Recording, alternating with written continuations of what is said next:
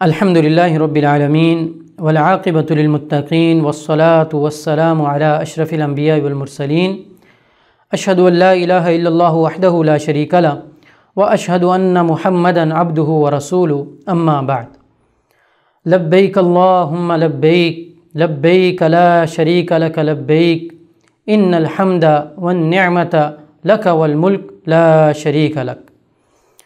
حجاج کرام کی زبان کی زینت، احرام کا شعار اور اللہ رب العزت کے قرب کا ذریعہ یہ تلبیہ ہے۔ تلبیہ حجاج کرام پڑھتے ہیں، اس کا ورد اپنی زبان پر رکھتے ہیں، لیکن اس کا مفہوم کیا ہے، اس کے فضائل کیا ہیں، اس کا وقت کیا ہے، اس کو جاننا بھی ضروری ہے۔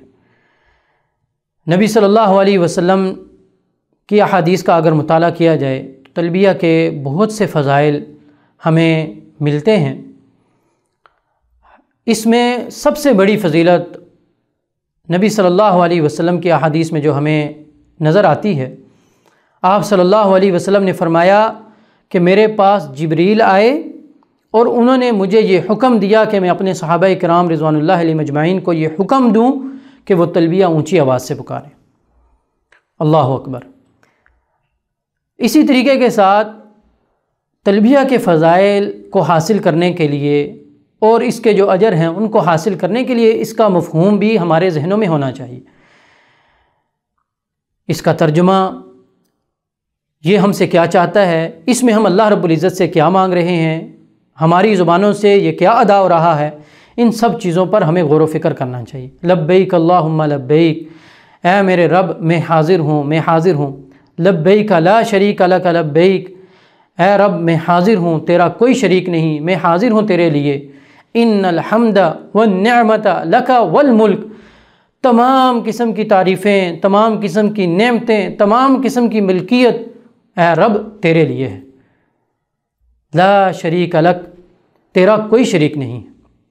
اس تلبیہ کے اندر توحید کا اقرار ہے، اس تلبیہ کے اندر اللہ رب العزت کی وحدانیت کا اقرار ہے، اللہ رب العزت سے ہر قسم کے شرک کی نفی ہے کہ اللہ رب العزت اکیلا ہے۔ ملکیت، بادشاہت، نعمتیں، تمام قسم کی تعریفیں، اگر دنیا میں کسی بھی تعریف کا ذکر کیا جائے، دنیا میں کسی بھی بادشاہت، دنیا میں کسی بھی ملکیت، آسمانوں کی کسی بھی ملکیت کا ذکر کیا جائے تو وہ صرف اور صرف اس رب کریم کی ہے جس رب نے ہمیں پیدا کیا ہے۔ یہ اس تلبیہ کا مفہوم ہے۔ تلبیہ یہ مشرکین مکہ بھی پکارا کرتے تھے، جاہلیت کے اندر بھی موجود تھا، لیکن اس تلبیہ کے ساتھ وہ کیا کہتے تھے کہ اللہ تیرا کوئی شریک نہیں ہے، الا شریکن ہوا لک، ایسا وہ شریک کہ اللہ جو تو نے شریک بنائے ہیں، جن کو تو نے اختیار دیا ہے۔ تو یہاں پر ان کی خرابی تھی۔ میں اور آپ سوچیں کہ کیا ہم میں یہ خرابی تو نہیں ہے؟ کیا ہم اللہ رب العزت کے ساتھ کسی کو شریک تو نہیں ٹھہرا رہے؟ زبانوں سے تو اقرار کر رہے ہیں کہ اللہ تیرا کوئی شریک نہیں، لیکن ہمارے اعمال سے، ہمارے کاموں سے یہ بات واضح تو نہیں ہو رہی کہ ہم اللہ رب العزت کی توحید میں کسی قسم کا کوئی فرق ڈال رہے ہیں۔